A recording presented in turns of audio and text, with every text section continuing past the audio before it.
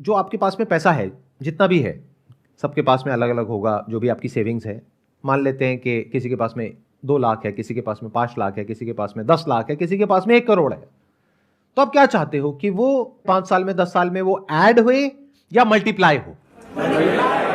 अगर आप अपना पैसा किसी बैंक अकाउंट में रखते हो सेविंग्स में और वहां पे आपको 4% इंटरेस्ट मिलता है, तो वो 10 साल बाद कितना हो जाएगा? नियर अबाउट 1.5 गुना। और अगर 7% ब्याज है तो डबल से थोड़ा सा कम। तो ये क्या हुआ? ऐड हुआ। लेकिन साथ साथ में ये जो पैसा आपका बढ़ा बैंक अकाउंट में, अगर आपने एफडी कराई, तो साथ साथ में इन्फ्लेशन भी तो बढ़ गया ना। तो ना आपने कमाया ना आपने गंवाया, अब वहीं के वहीं हो। तो अगर 15% से आपका पैसा ग्रो करता है अगले 10 साल तक, तो कितना गुना हो जाएगा? Near about 4 times. अगर 20% से करता है तो नियर अबाउट 6 टाइम्स। और अगर 25% से करता है तो नियर अबाउट 9 टाइम्स। और अगर 30% से करता है तो नियर अबाउट 14 टाइम्स। तो आप देख रहे हो कि जो इंटरेस्ट है वो 5% से बढ़ रहा है, लेकिन क्योंकि यहां पे कंपाउंडिंग बीच में आ गई है, तो जो रिटर्न है वो बहुत तेजी से मल्टीप्लाई हो रही है। तो देखने में इतना बड़ा फर्क नहीं लगता है, 20% और 30%, लेकिन रिटर्न में कितने का फर्क आया? 20% पे आपका पैसा हुआ 6 गुना और 30% पे हुआ 14 गुना। इसको मल्टीप्लीकेशन बोलते हैं। This is the way to multiply your money. जो मेरी पिछली वीडियो आई थी अभी कुछ दिन पहले, that was how to make money without doing anything, उसमें मैंने बात करी कंपाउंडिंग की, उसमें मैंने बात करी जो मैंने एक इन्वेस्टमेंट करी है अभी कुछ टाइम पहले उसके बारे में। लेकिन अगर ये इतना ही आसान है तो सब लोग ये क्यों नहीं करते हैं? और इन दोनों में से कौन सा ऑप्शन बेटर है? क्या म्यूचुअल फंड बेटर है या एक पर्टिकुलर स्टॉक के ऊपर पैसा लगाना बेटर है? कितने कहते हैं म्यूचुअल फंड बेटर है? म्यूचुअल फंड सही है। म्यूचुअल फंड सही है, हाँ, उसकी टैगलाइन भी है। आसान है। नहीं, आसान है टैगलाइन नहीं है, आसान है मेरी टैगलाइन है। म्यूचुअल फंड सही है, इसमें कोई दो राय वाली बात नहीं, म्यूचुअल फंड सही है। और मैं क्या कह रहा हूं कि एक पर्टिकुलर बिजनेस में अगर आप पैसा लगाते हो और वो बिजनेस बहुत ही कमाल का है, जो आपको ऑलमोस्ट 100% श्योरिटी है कि वो बिजनेस बहुत तेजी से ग्रो करने वाला है, तो 30% रिटर्न जनरेट करना year on year for the next 10 years वो बहुत मुश्किल नहीं है। बट अगर इसके बारे में आप जाकर के किसी से भी बात करोगे जो थोड़ा सा स्टॉक मार्केट को समझता है, तो वो क्या कहेगा कि ऐसा कभी मत करना, ये बहुत बड़ी गलती है। Never put all your eggs in one basket. ये कहावत सुनी है सबने? और ये पूरी तरह से गलत नहीं है, बिल्कुल सही है। क्योंकि म्यूचुअल फंड क्या करता है, वो आपके पैसे को एक स्टॉक में नहीं लगाता है, उसको डिवाइड कर देता है। ज्यादातर अगर आप फंड्स को देखोगे तो वो डिवाइड करके रखते हैं आपके पैसे को 30 से लेकर के 50 स्टॉक्स में। तो अगर मानो 50 स्टॉक में 2-2% लिया हुआ है, तो एक कंपनी अगर पूरी तरह से बंद भी हो गई, डूब भी गई, तब भी आपका जो पैसा है वो 100 रुपए से कितना कम हुआ? सिर्फ 2 रुपए। क्योंकि 2% की ओनरशिप थी उस स्टॉक में, वो जीरो हो गया स्टॉक प्राइस, तब भी आपको कितने का फर्क पड़ा? सिर्फ 2 रुपए का। लेकिन इसकी एक दूसरी साइड भी है।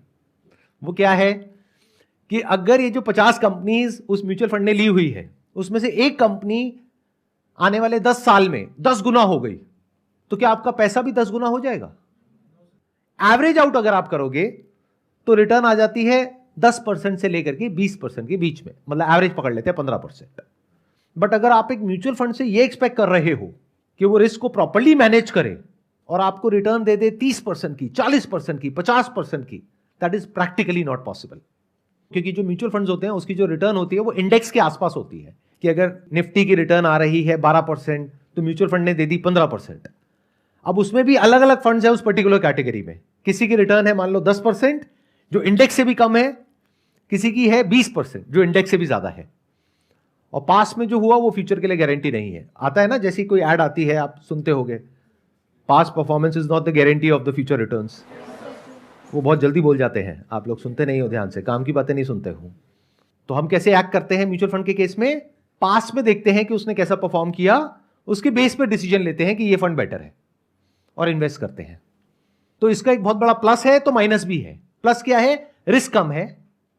माइनस क्या है? रिटर्न्स लिमिटेड है। अच्छा एक बात बताओ, अगर हम रिस्क को किसी तरीके से मैनेज कर पाए और रिटर्न बढ़ जाए, उसमें कोई दिक्कत है? तो रिस्क को मैनेज कैसे करते हैं? अगर ये हमको आ जाए, ये हम सीख जाएं, तो हम अपने पैसे को ज्यादा अच्छे से मल्टीप्लाई कर पाएंगे। तो do you want to understand कि डायरेक्टली अगर किसी स्टॉक में आपको इन्वेस्ट करना हो, किसी कंपनी में, किसी बिजनेस में इन्वेस्ट करना हो, तो क्या देखना होता है? जब भी आप किसी बिजनेस में इन्वेस्ट कर रहे हो या किसी स्टॉक में इन्वेस्ट कर रहे हो, तो सबसे इंपॉर्टेंट क्या होता है? फ्यूचर में देखना उसका कि कंपनी कैसे ग्रो करेगी। जैसे अभी ईवी व्हीकल्स का टाइम है, तो जितनी भी बैटरीज की कंपनी है उसमें इन्वेस्ट करना ज़्यादा बेटर है। और जैसे जो कंपनियां का जो भी और उसके पार्ट्स मैन्युफैक्चर कर रही हैं ईवी कार्स के, तो उनमें बेनिफिट है आगे। ये जो भी कह रहे हैं, अगर आप कोई भी न्यूज़ चैनल ऑन करोगे जहां पे बिजनेस के बारे में बातें होती हैं, वहां पे इसी तरह की बातें हो रही हैं, इसी तरह की स्टॉक रिकमेंडेशंस आ रही हैं। यूट्यूब पे बहुत सारे चैनल्स हैं, उनकी आप बातें सुनोगे, वो भी यही बातें कर रहे हैं। ये मेरी थॉट प्रोसेस से बिल्कुल अलग है। मतलब मेरे हिसाब से ये तरीका बिल्कुल गलत है, क्योंकि फ्यूचर में क्या होने वाला है ये प्रेडिक्ट करना इज नेक्स्ट टू इम्पॉसिबल। कल को कोई ऐसी टेक्नोलॉजी आ गई जहां पर कि हाइड्रोजन से गाड़ी चलने लग गई, तो ये सारी ईवी इंडस्ट्री का क्या होगा? बिजनेस में पैसा लगाने के दो तरीके होते हैं। एक कि आप ऐसे बिजनेस में पैसा लगाओ जो फ्यूचर में कुछ होने वाला है। दूसरा, किसी ऐसे बिजनेस में पैसा लगाओ जो सदियों से था, आज भी है और हजारों साल बाद भी रहने वाला है। यानी क्या? एक बैंक। तो जब भी बिजनेस को चूज करते हो कि किस बिजनेस में पैसा लगाना है, किस में नहीं लगाना है, स्पेशली अगर आप एक बहुत बड़ी बेट ले रहे हो, तो you need to be 100% sure कि जो इंडस्ट्री है ये प्रूवन है, ये कहीं जाने वाली नहीं है। थोड़ा सा भी डाउट है तो आपको क्या करना होगा? या तो डाइवर्सिफाई करना होगा अगर खुद इन्वेस्ट कर रहे हो तो, या म्यूचुअल फंड के थ्रू जाओ।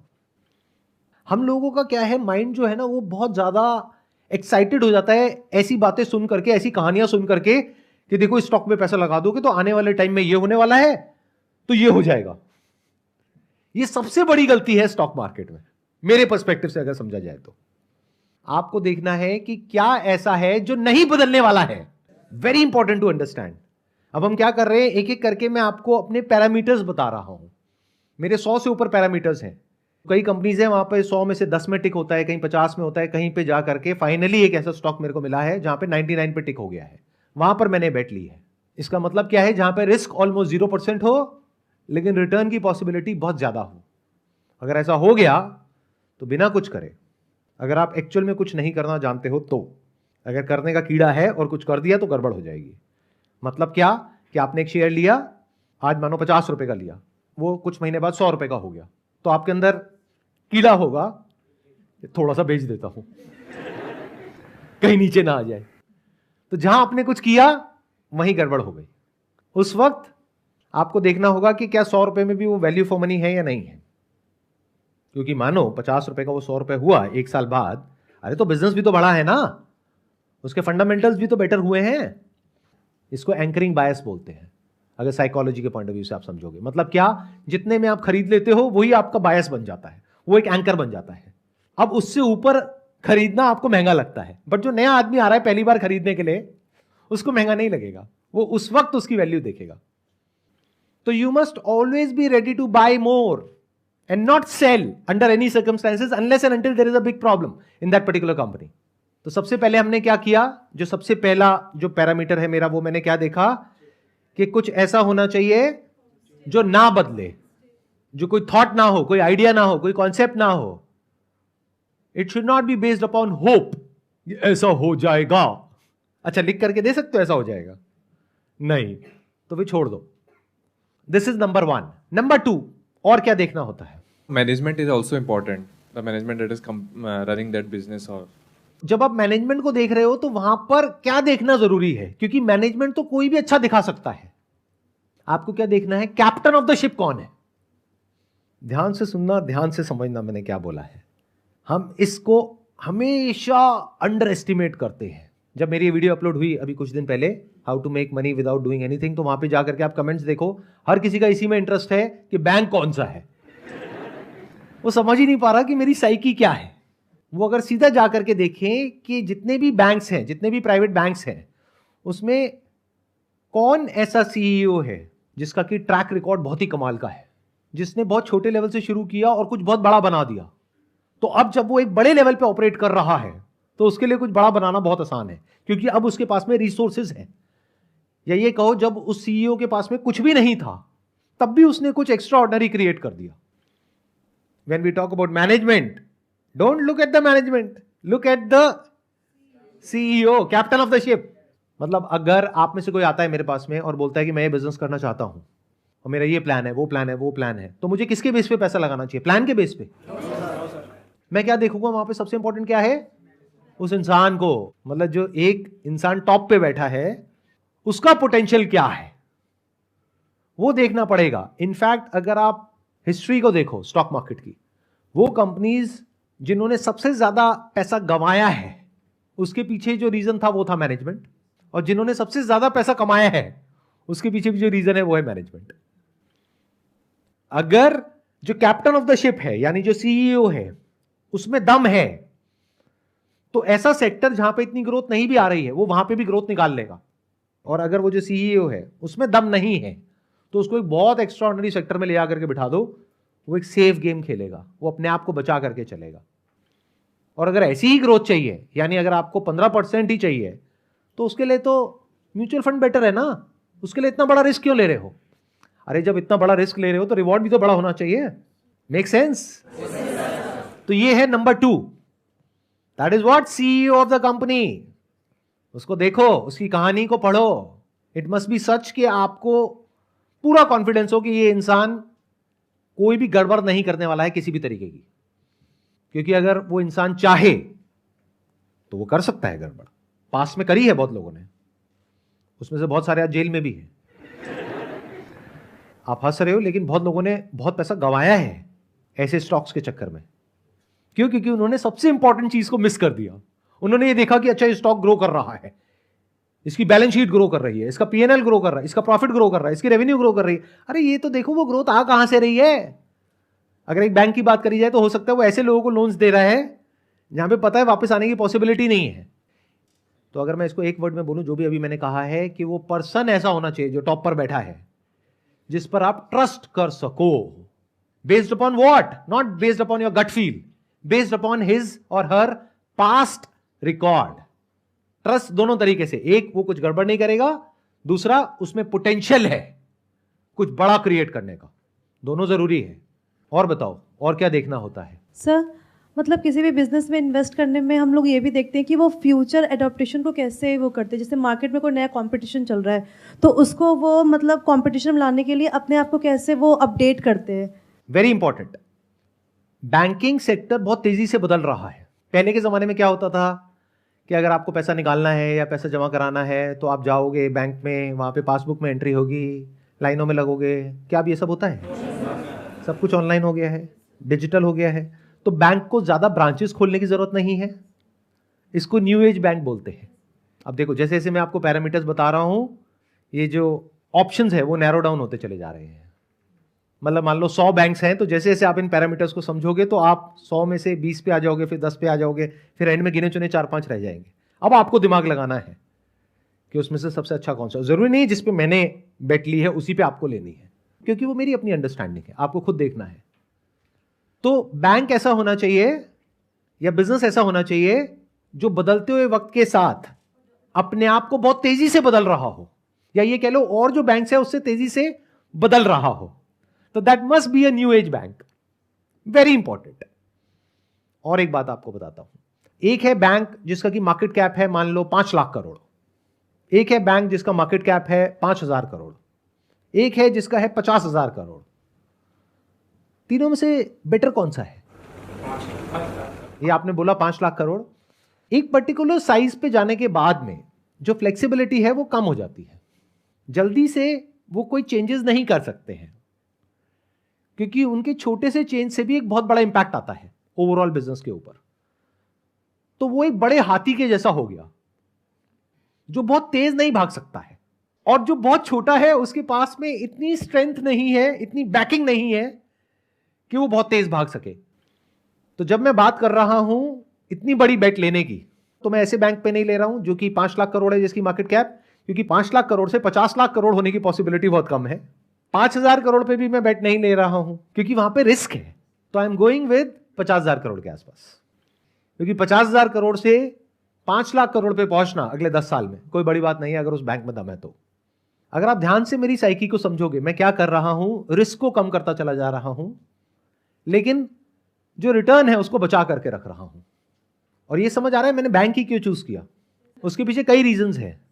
एक तो इसमें एंट्री बैरियर बहुत बड़ा है। मतलब ऐसा नहीं है कि आज आप में से कोई भी उठ करके चला जाए और बोले कि मेरे को बैंक खोलना है तो कोई भी खोल लेगा। मतलब बैंकिंग लाइसेंस मिलना is very difficult in India, क्योंकि रेगुलेशंस बहुत स्ट्रांग है। तो एंट्री बैरियर आ गया।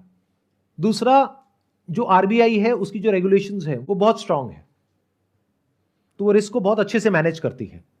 इसलिए मैंने बैंक को चूज किया। जब सेफ्टी की बात होती है, सिक्योरिटी की बात होती है, आपके माइंड में एक ही थॉट आता है, दैट इज एफडी। तो it is as safe as FD. हो सकता है जिस बैंक में मैंने इन्वेस्ट किया है, आप में से बहुत सारे लोगों का बहुत पैसा उसमें ऑलरेडी पड़ा हुआ है, बट कैसे पड़ा हुआ है? As a deposit in savings account, current account, या फिर आपने एफडी कराई हुई है उसी बैंक में। Is it making some sense to you guys? मतलब समझ पा रहे हो ना मेरी थॉट प्रोसेस को? ये बहुत अलग है बाकी पूरी दुनिया में जो भी आप इधर उधर सुनते हो, देखते हो, उस थॉट प्रोसेस से बिल्कुल अलग है। Because I never go with the norm. जो सब कर रहे होते हैं वो तो मैं कभी भी नहीं करता हूं। जैसे वॉरेन बफेट ने कहा है, B fearful when the market is greedy and B greedy when the market is fearful. When को हटा दो, वेयर लगा दो। मतलब जहां पर मार्केट बहुत ज्यादा ऑप्टिमिस्टिक है, जैसे कि ईवी सेक्टर, वहां पे मैं बिल्कुल ही पेसिमिस्टिक हूं। और जहां पर मार्केट पेसिमिस्टिक है, यानी बैंकिंग में क्या होने वाला है, वहां पर मैं ऑप्टिमिस्टिक हूं, क्योंकि अभी वैल्यूएशंस रीजनेबल लेवल पर है। और ये देखना होता है कि क्या वो बिजनेस अपने ऑप्टिमम लेवल पर पहुंच चुका है या फिर अभी वहां पर पहुंचने की गुंजाइश है। तो कहां पैसा लगाना चाहिए? वो बिजनेस जो अभी पीक पर है अपनी परफॉर्मेंस के पॉइंट ऑफ व्यू से, या फिर अभी वो अपनी पीक से बहुत दूर है, लेकिन ये श्योरिटी है कि वो पहुंचेगा, based upon data, based upon पिछले 1-2 साल का ट्रैक रिकॉर्ड। तो बैंक में बहुत सारी चीजें देखनी होती है जब बैंकिंग स्टॉक में इन्वेस्ट करना होता है। क्या क्या देखना होता है? एक है प्राइस टू बुक रेशियो। मतलब एक बुक वैल्यू होती है कंपनी की, तो बुक वैल्यू पर शेयर होती है, तो प्राइस टू बुक वैल्यू देखना होता है। वो बहुत ज्यादा नहीं होनी चाहिए, इसका मतलब वो एक्सपेंसिव है। एक होता है price to earning ratio. Price to earning पता है क्या होता है? PE multiple. कितनों को पता है? हाथ ऊपर करो। बहुत कम को पता है। अब ये मैं समझाऊंगा नहीं क्या होता है, अब जा करके खुद पढ़ो, खुद सीखो, खुद समझो। अब वहां पर स्कोप ऑफ एक्सपेंशन होना चाहिए। मतलब क्या? एक होती है कॉस्ट टू इनकम रेशियो। ये सब रेशियोज होती हैं जो देखनी होती है एक बैंक की। मान लो किसी बैंक की है कॉस्ट टू इनकम रेशियो 50%। मतलब क्या? उसकी ब्रांचेस का रेंट है, सैलरीज हैं, उसके रनिंग एक्सपेंसेस हैं, एडवर्टाइजिंग मार्केटिंग है, ये सारी कॉस्ट हो गई।